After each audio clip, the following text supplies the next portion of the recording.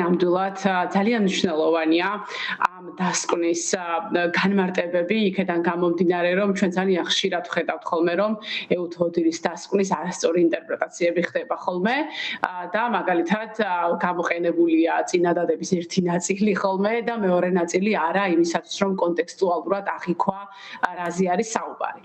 სანამ უშუალოდ შეფასებით ნაწილზე გადავალ, მე მინდა ვთქვა, რომ პირველად ეუთოდილმა ასეთი პრეს-რილიზი დაურთო თან თავის ანგარიშს, რომ ეუთოდილის მანდატი არ არის არჩევნების აღიარება თუ არ აღიარება, ის აფასებს არჩევნებს საერთაშორისო სტანდარტების მიხედვით და ვალდებულებების მიხედვით, რაც წევრ სახელმწიფოებს აქვს აღებული და შემდეგ ამბობს, რომ ხალხის გადასაწყვეტია, როგორ შეფასებებს გააკეთებს ის მას შემდეგ, რაც წაიკითხავს ამ დოკუმენტს. ამიტომ პირველ რიგში ჩვენ ეს უნდა ვთქვათ, რომ ეუთოდილმა პირდაპირ თქვა, რომ ეს დასკვნა არ უნდა გამოიყენოთ არჩევნების აღიარებისთვის, მაგალითად, ან თუნდაც არ აღიარებისთვის, იმიტომ რომ საქართველოში კონტექსტი იყო ისეთი, რომ თითქოს ყველა ელოდებოდა და მათ შორის ქართული ოცნება, რომ აი ეუთოდილის დასკვნა იქნება ახლა, რომელიც მოახდენს არჩევნების ლეგიტიმაციას თუ აღიარებას და ასე შემდეგ. ამიტომ ეს უნდა ვიცოდეთ, რომ ეს ანგარიში ამასთან კავშირში არ არის და პირიქით ეუთოდილი ამბობს, რომ ქართულ ხალხს უნდა მიენდოს ეს გადაწყვეტილებები. და ეს ძალიან მნიშვნელოვანია, თუ ყველა წაიკითხავს პრეს-რილიზს ძალიან მოკლეა, კარგია, იმიტომ რომ ჩვენ მართლა ვხედავთ სხვადასხვა ინტერპრეტაციებს და საზოგადოების შეცდომაში შეყვანას, ამიტომ ეს არის ძალიან მნიშვნელოვანი. ეხლა რაც შეეხება თავად დასკვნებს, ხო? ჩემი აზრით და მე საკმაოდ დიდი ხანია მუშაობ არჩევნებზე, ეს არის ძალიან კრიტიკული დასკვნა, პირდაპირ შეგვიძლია ვთქვათ და ამ დასკვნის საფუძველზე ჩვენ ვერ ვიტყვით, რომ ეს არჩევნები თავისუფალ და სამართლიან არჩევნებად შეფასდა.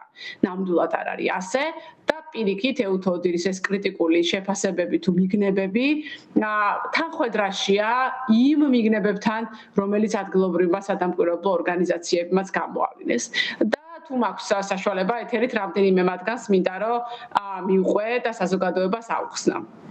პირველი მაგალითად აი ირაკლი კობახიძის განცხადება იყო და ამიტომ მინდა ესე თანმიმდევრულად გავყვეთ. თქვა რომ კანონმდებლობა კარგი იყო და იძლეოდა საშუალებას. ნახეთ როგორ წერია რომ კანონმდებლობა იძლეოდა დემოკრატიული არჩევნების ჩატარებას, მაგრამ ბოლო პერიოდში 2020 წლის შემდეგ ძალიან ხშირად შეიცვალა, მათ შორის დაჩქარებულად ყოველგვარი კონსენსუსის გარეშე და ასეთი ცვლილებები დაჩქარებულად აჩენს ეჭვს, რომ ეს საკანონმდებლო ცვლილებები იყო მიმართული პოლიტიკური მიზნებისთვის. ნახეთ, აი პირდაპირ წერია ესე, რომ ის კი არა რომ კარგი კანონმდებლობა იყო, არამედ კანონმდებლობა კი შეიძლება რომ საშუალებას გაძლევდა კარგი არჩევნების, მაგრამ იქვე წერია რომ ძალიან ცუდია ეს და მათ შორის ის რომ ეწინააღმდეგება ეუთოდილის სტანდარტს კანონმდებლობის ასეთი მუდმივად ცვლილება. შემდეგ წერია მაგალითად რომ არჩევნების დღეს საარჩევნო ადმინისტრაციამ კარგი ადმინისტრირება გააკეთა, მაგრამ იქვე წერია რომ თავარი პრობლემა საარჩევნო ადმინისტრაციასთან დაკავშირებით იყო მისი დაკომპლექტება და საზოგადოების ნდობის ნაკლებობა საარჩევნო ადმინისტრაციის მიმართ, მათ შორის საკანონმდებლო ცვლილებებით გაუარესება დაკომპლექტების ცენტრალური საარჩევნო კომისიის და გადაწყვეტილებების მიღების, რომელიც ერთი პარტიის გავლენის ქვეშ იქნა დაქვემდებარებული. ამიტომ იქვე არის ესეც განმარტებული, ხო? ან ასევე თითქოს კონკურენტული იყო არჩევნები, წერია რომ მაგალითად 18-მა პოლიტიკურმა პარტიამ გაიარა რეგისტრაცია არჩევნებში მონაწილეობის მისაღებად, თუმცა იქვე წერია რომ წინა საარჩევნო პერიოდი იყო ასე ვთქვათ ამორჩეულზე ზეწოლის, დაშინების ფაქტებით ასე ვთქვათ დაფიქსირებული და მათ შორის საჯარო სამსახურში დასაქმებულ ადამიანებზე და ეკონომიკურად მოწყვლად, ანუ სოციალურად დაუცველი ადამიანებისთვის განსაკუთრებით პრობლემური, რომ მათ უშიშრად და დამოუკიდებლად განეხორციელებინათ საკუთარი ნება და ისე მიეცათ ხმა. ნუ აქვე საუბარია არჩევნების დღეზე, რომ კი ბატონო, მეტნაკლებად კარგად იყო ორგანიზებული, მაგრამ იქვე პირდაპირ წერია რომ ხდებოდა ამომრჩევლის დაშინება, ამომრჩევლის აღრიცხვა და პირდაპირ წერია რომ ქართული ოცნების მხრიდან ამომრჩეველს ასე ვთქვათ ხმის მიცემის ფარულობის დარღვევა, ქართული ოცნების მხრიდან უბნებზე დამონტაჟებული კამერები, რომელიც დაშინების მცდელობა იყო. აი ეს ყველაფერი ძალიან მკვეთრად და კარგად წერია და ასევე ის, რომ საარჩევნო დავები, რომელიც არჩევნების შემდგომ იყო, წინა საარჩევნო პერიოდშიც, მაგრამ განსაკუთრებით არჩევნების შემდგომ, ფაქტიურად ეს იყო ერთ-ერთი ყველაზე მძიმე პროცესი, იმიტომ რომ საარჩევნო კომისიებმა და შემდეგ სასამართლოებმა ძირი გამოუთხარეს საარჩევნო დავების პროცესს ზოგადად და იმიტომ და ასე ვთქვათ არსებობდა ეჭვები, კითხვები არჩევნების შედეგების სარდლობასთან დაკავშირებით და ამ შეკითხვებს ვერ უპასუხა საარჩევნო დავების განხილვამ და შედეგებმა და უმეტესი დავები განხილული დარჩა. თქვენ გახსოვთ ფარულობასთან დაკავშირებით იქნებოდა ეს თუ სხვა.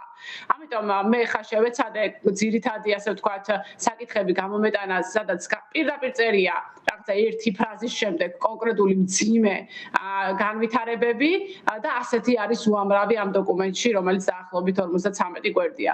მათ შორის საუბარია, რომ წინა საარჩევნო პერიოდში ქართული ოცნება სარგებლობდა უპირატესობით ადმინისტრაციული რესურსის გამოყენება, წაშლილი იყო ზღვარი ხელისუფლებასა და მმართველ პარტიას შორის, რომ იქნა ინიცირებული პროექტები, რომელიც ამორჩევლის, ასე ვთქვათ, ნებაზე ზეგავლენისთვის იყო გათვლილი ამნისტიის კანონთან დაკავშირებით.